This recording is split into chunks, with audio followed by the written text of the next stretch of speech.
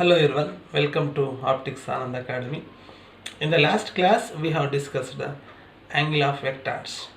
In this class, now we are going to discuss rotation or shifting of vectors.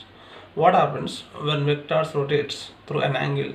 What happens when vectors shift from one place to another place, or vectors displace from one place to another place? Let's see.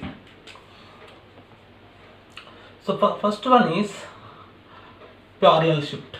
Let us consider this is a bar is a vector and this is x-axis and this is angle. So angle between the vector to x-axis, and this is shifting or displacing from one place to another place. So this is a bar same and this is x-axis. Here this is a parallel shift of the vectors.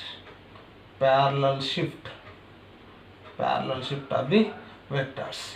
In the parallel shift, the direction and magnitude will not change, so that the vector does not change. Does not change. For example, this is angle is equal to 45 degrees. Here also angle is equal to 45 degrees. So if you see one more example, so for example, a bar is a vector and b bar is a vector. So I will write here so that we can simply understand. A bar is a vector and b bar is a vector, which are added head to tail. So this is head of the vector, tail of the vector, and the resultant vector is formed here, that is r bar. So this b bar I am writing here, okay, that is parallelly shifted, and this a bar, this is a bar, and taking parallel shift of a bar, and b bar. So that due to that parallel shift, parallelogram law is formed. From that we can say, so a bar plus b bar is equals to r bar. Okay, so a bar plus b bar is equals to r bar, and from this triangle we can say b bar plus a bar is equals to r bar, resultant, or nothing but resultant vector. So a plus b is equals to r, b plus a is equals to r. So that vector is a commutative property, and vector obeys commutative property, that is a plus b is equal to b plus a. So from this we can understand, okay, vector properties. And second one is, so rotation of the vectors, how the vector rotates. Let us consider this is x-axis and this is a bar is a vector, that is 30 degrees. Now while it is rotating through an angle, what happens?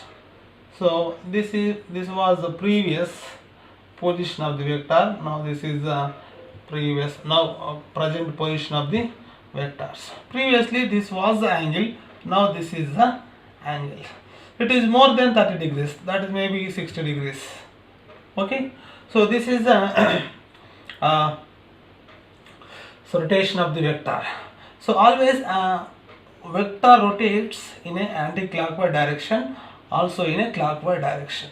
When vector rotates in anti-clockwise direction, we must take positive sign for the magnitude, and when it is rotates in a negative sign, when it is rotates in a clockwise direction, we have to take negative sign for the magnitude. So this is a rotation of the vectors. Okay, and third property, let's see, third property. So if I take x-axis and y-axis, I am taking a bar and b bar is a vector. Okay, this is angle. Whenever this frame of reference, this is the frame of reference, and when the vectors a bar, b bar, which are in the frame of reference, will displace even though vectors does not change. Okay, if the frame of reference displaced from one place to another place, the vectors does not change only, and if the vectors displaced parallelly from one position to another position, it does not change. Okay na?